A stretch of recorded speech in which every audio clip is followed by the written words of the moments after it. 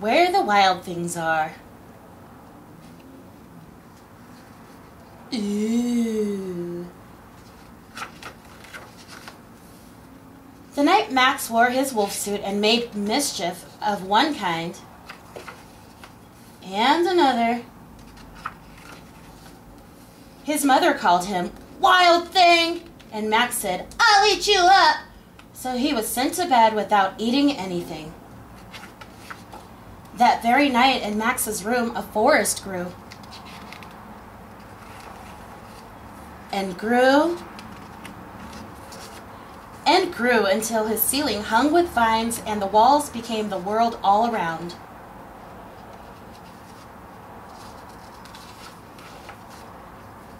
And an ocean tumbled by with a private boat for Max, and he sailed off through the night and day.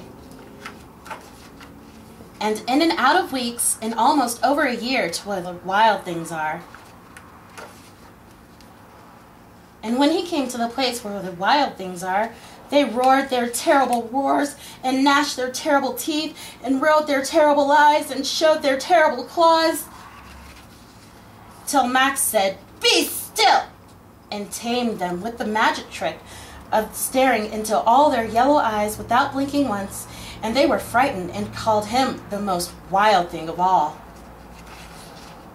and made him king of all wild things. "And now," cried Max, "let the wild rumpus start."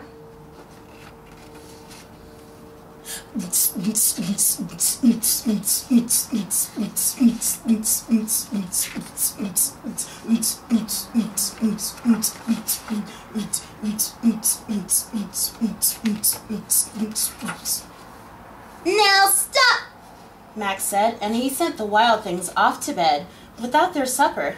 And Max, the king of all wild things, was lonely and wanted to be where someone loved him best of all. Then all around, from far away, across the world, he smelled good things to eat, so he gave up being king of where the wild things are. But the wild things cried, "Oh, please don't go. We'll eat you up. We love you so." And Max said, "No." The wild things roared their terrible roars, and gnashed their terrible teeth, and rolled their terrible eyes, and showed their terrible claws. But Max stepped into his private boat and waved goodbye, and sailed back over a year, and in and out of weeks, and through a day, into the night of his very own room, where he found his supper waiting for him. And it was still hot. Where the wild things are.